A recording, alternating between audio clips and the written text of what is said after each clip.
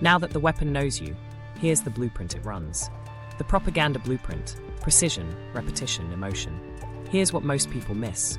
Modern propaganda isn't a single message, it's a system. The system runs a three-part blueprint: precision targeting, repetition for fluency, and emotion for retention. Accuracy is optional. Stickiness is mandatory. Everything clicked for me when I realized the goal isn't to persuade you once. It's to make a frame feel native inside your head, so future claims glide in with no friction. Okay, so basically, precision means the message isn't shouted at everyone. It's whispered to the people most likely to move. Microsegmentation slices audiences by behavior, not just demographics. Think people who paused on clips about institutional betrayal at night, or viewers who share moral outrage with sarcasm. The system maps thousands of tiny signals into vulnerability clusters. Not age 35 to 44. More like high novelty seeking, triggered by fairness violations, skeptic of experts, open to insider leaks. That's the target. Here's the weird part. The precision isn't just who you are, it's when you are. The same person on a calm Saturday morning processes differently than on a tense Wednesday commute. Time of day, device type, even scroll velocity. These nudge which frame lands. Precision is personal and situational. The message shows up in the window when your guard is down and your pattern says click now. Then comes repetition. If precision finds the gap, repetition widens it. The simple version is, the more fluent something feels, the truer it feels. That's cognitive ease. The system doesn't repeat the exact post, it repeats the pattern. Similar headlines, familiar thumbnails, mirrored phrasing, adjacent accounts quoting each other. Circular reporting and rewrite culture multiply the sense of consensus. You see echoes, not sources, and your brain quietly says, I keep seeing this, so it must be solid. In other words, repetition manufactures inevitability. Not by debate, but by availability. The claim starts to feel like background knowledge. One of those everyone knows facts nobody remembers learning. And because algorithms reward whatever keeps you, the fluent frame gets more distribution, which increases exposure, which increases fluency. That spiral is algorithmic amplification. It's not malicious by design, it's indifferent by incentive. Now emotion, arousal, anger, fear, or pride, narrows your attention and locks memory. Outrage plus novelty beats nuance almost every time because the body moves before the mind deliberates. Propaganda engineering leans into arousal over accuracy. Moralized language, harm cues, in-group flattery, out-group threat, countdowns, breaking, leaked, exposed. The aim isn't to convince your prefrontal cortex, it's to recruit your nervous system. Once your nervous system is on board, your reasoning backfills. Here's what most people miss about emotion in this blueprint. They calibrate the dose. Too little, you scroll past. Too much, you sense manipulation and bail. The sweet spot is just enough moral heat to make you feel involved, but not enough to trigger skepticism. That's why slight indignation travels farther than outright hysteria. It's sticky, but still shareable without self-embarrassment. Let me stitch the three together with a micro-story. A mid-sized account posts a leaked memo, framed as a fairness violation. Precision. It's shown to users who linger on institutional criticism, especially late nights. Repetition. 3 aggregator pages rephrase it within hours. A wiki footnote appears. A commentary channel reacts. Emotion. The captions use moral harm words. Betrayed, silenced, rigged, and a clipped image with a red circle. By day 3, the clip feels familiar. You remember the vibe, not the source. The vibe feels true. The counterintuitive part is that the blueprint can be true or false and still work. It's content agnostic. If a verified fact is framed with precision, rehearsed into fluency, and carried by calibrated emotion, it will land. If a falsehood is framed, the same way, it can feel equally true until you inject friction. That's why you'll hear me harp on source first, not share first later. Here's a quick diagnostic to recognize the blueprint in the wild. Precision tell. The message feels tailored to your grievance or pride at just the right moment. Repetition tell. You notice similar phrasing or visuals across unrelated accounts within a tight window. Emotion tell. You feel an urge to react before you can restate the claim in your own words. Everything clicked when I noticed the framing grammar. High emotion frames often use compact binaries. Heroes versus traitors, insiders versus sheep, they versus we. Add a countdown or scarcity cue. Before they delete this, and arousal spikes. Pair it with a familiar anchor, as we've all seen, and fluency spikes. Hit both within a micro-targeted audience, and you've engineered plausibility. What this actually means is we shouldn't ask, is this persuasive? We should ask, is this engineered to feel true? Because the engineering steps are visible if you look for them. Who is it optimized for? How is it being rehearsed? Which emotion is it trying to recruit? If you can answer those three quickly, you're already outside the spell. Remember the open loop. The trick that makes lies feel true is simpler than you think. It's fluency. The more your brain can process a claim with low effort, the more your body grants it a truth pass. The blueprint's genius is exploiting that pass on command. Next, we'll decode the specific cognitive weak spots that make this possible. Vulnerability number 1, cognitive ease. Why repetition feels like truth. Ease primes belief. When something is easy to process, clear font, simple phrasing, familiar cadence, your brain lowers its guard. That relaxed feeling gets misread as reliable. Nobody explains this right, but your mind isn't running a courtroom every time you see a claim. It's running a speed test. If the claim glides, it gets a courtesy pass. That pass is cognitive ease. Okay, so basically, the illusory truth effect says, repeat a statement enough times and people rate it as more true, even if they knew it was false before. The simple version is fluency bias, familiar equals credible. Your brain uses processing speed as a shortcut for accuracy because, in nature, familiar usually meant safe. In feeds, familiar often just means repeated. Psych researchers call this the processing fluency hypothesis. The easier something is to process, the more likely we are to judge it as true, regardless of evidential weight. Here's the weird part. Repetition doesn't need new facts. Circular reporting multiplies fluency without adding evidence. Outlet A publishes a shaky claim. Outlet B rewrites it. A blogger cites A and B. A week later, a commentary video references the blog and B. You see multiple sources, but they're all echoing the same seed. Multiplicity masquerades as verification. It feels like consensus. It's the same sentence wearing different clothes. And even when corrections arrive, they don't fully erase the imprint. That's the continued influence effect. Once a false detail anchors a narrative, people keep using it to reason, even after they've been told it's wrong. Prebunking helps because it prevents that first anchor from setting. Everything clicked when I realized how formats do half the work. Clean thumbnails, consistent color palettes, punchy headlines. These reduce cognitive load. Lower load means higher ease. Higher ease means higher perceived truth. That's why familiar phrasing, experts say, new study shows, shocking but true, keeps showing up. It's not just style, it's a compliance tool for your fluency detector. Real example. One pseudoscientific study claims a health shortcut. A few aggregators echo it. A wiki footnote appears. A short-form clip quotes the footnote. Suddenly the claim is everywhere. And people say, I keep hearing this. You're not hearing evidence, you're hearing echoes. The Noah Tavlin explanation nails this. Circular reporting creates the illusion of confirmation. Your belief isn't built on weight of proof. It's built on weight of exposure. Why does this matter? Because ease slides under your skepticism. Confusion costs you attention and status. So your brain rewards anything that reduces friction. But when ease becomes your truth signal, precision propaganda just has to engineer fluency. Consistent visuals, mirrored phrases, repeating faces, and friendly cadence. Accuracy is optional. Smoothness is mandatory. Let's break it down so it sticks. Why it works. Ease reduces metabolic cost. Brains conserve energy. Familiar patterns are cheaper to process, so you feel safer, which you mislabel as truer.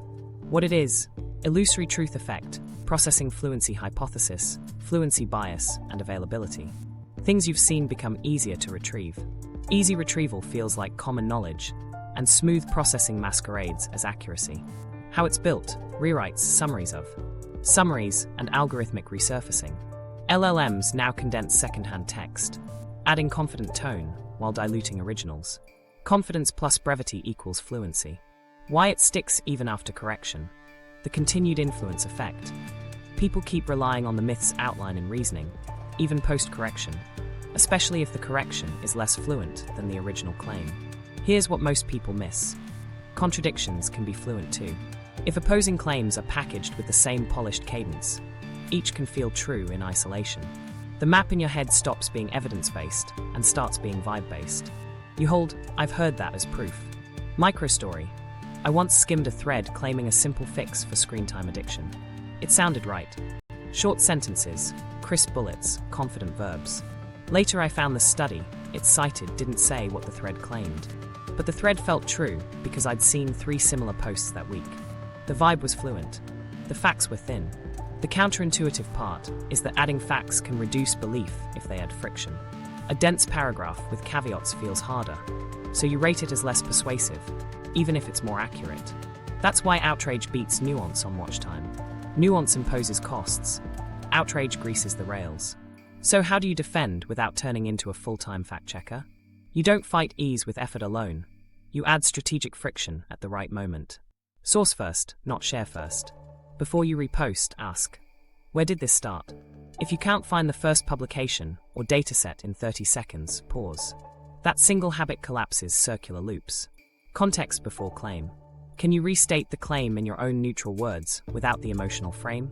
If not, you're processing the phrasing, not the content. Fluency flag. If a claim feels instantly right, label that sensation. This feels true because it's easy. Naming the feeling reduces its sway. 1 degree check. Search one specific counterterm. Claim criticism or author retraction.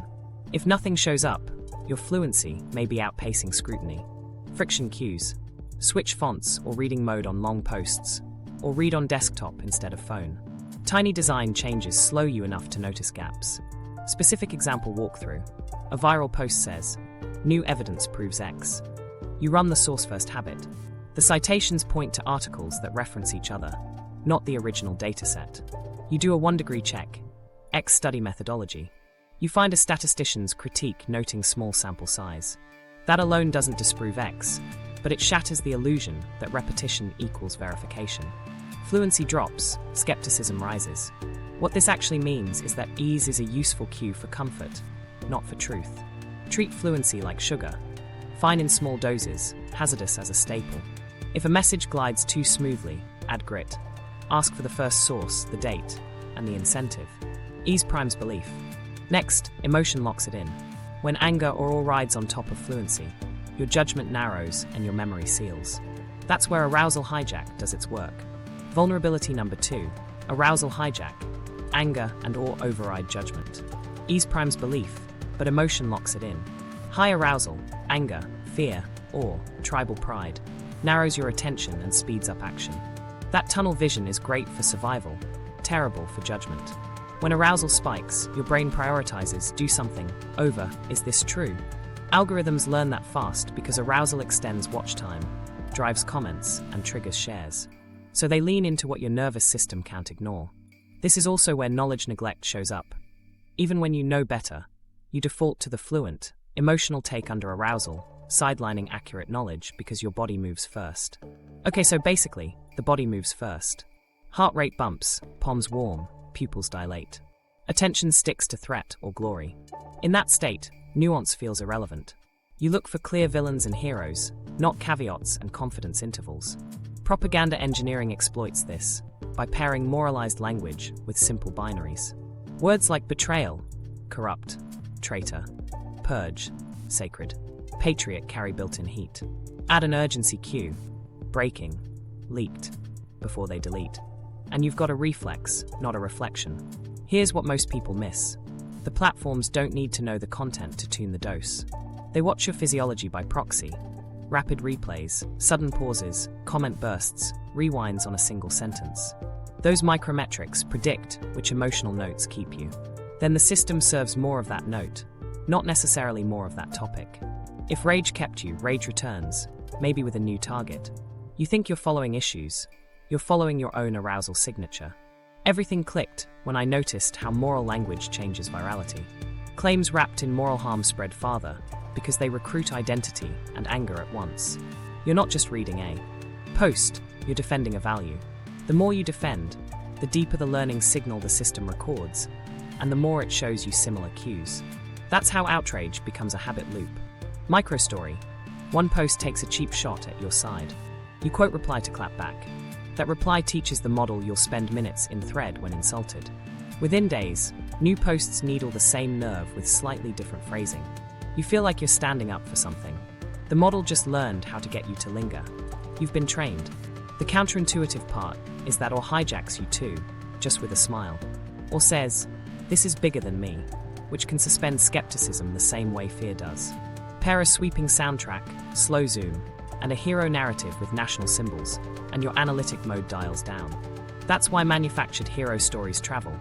Pride plus spectacle equals sticky memory. The details can be thin, the feeling fills the gaps. Let's break the mechanics so they stick. Why it matters. High arousal compresses time to decision. You're more likely to click, share, donate, or pile on without checking sources because your body wants closure. What it is, a state shift from deliberation to mobilization. Anger and fear focus you on blame and threat. Awe and pride focus you on belonging and glory. Both reduce scrutiny. How it's built: moralized cues, countdowns, enemy naming, virtue labels, and rhythm. Short clauses, escalating beats, and clipped cuts keep your physiology elevated just enough to move you. Here's what most people miss about dosage. Too much arousal triggers reactance. You sense the manipulation and bounce. So the most effective propaganda sits in the productive anger zone, where you feel righteous, not frantic. It's calibrated to make you feel smart and brave for acting now. So how do you disarm the hijack without becoming numb? You insert an emotion check before a fact check. Name it before you judge it. I'm feeling anger / fear. That label shifts you from actor to observer for a second, which is often enough to widen your attention. State check, then fact check. Can you neutrally restate what the claim is, separate from the heat? If you can't, you're reacting to tone, not content. Slow the share. If it spikes your pulse, add a 10-minute delay. Most arousal-led urges decay quickly. Truth doesn't expire in 10 minutes. Switch modes. Change medium or posture. Stand up, read on desktop, or read out loud. The tiny friction interrupts the physiological loop. Seek a counter-emotion. Pair an outrage thread with one calm, long-form source on the same topic. Contrast lowers arousal and restores nuance. Specific example walkthrough. You see leaked emails prove the plot. Heat rises. You label it, anger. You state check, claim. Emails show coordination to suppress dissent. You set a 10-minute timer and search for the original files, not summaries. You find screenshots with no headers and 3 rewrite blogs citing each other. The arousal drops just enough for skepticism to enter. Maybe there's a real story, maybe it's a vibe stack. Either way, you avoided feeding the loop. What this actually means is emotion isn't the enemy, autopilot is. You want emotion in your life, not as your editor. If a claim rides your anger, or straight past your verification steps, that's the hijack doing its job. Name the feeling. Widen the window. Then decide. You're primed and fired up. Next, the identity trap snaps shut. When tribe gets involved, accuracy takes the back seat to belonging, and the loop tightens again.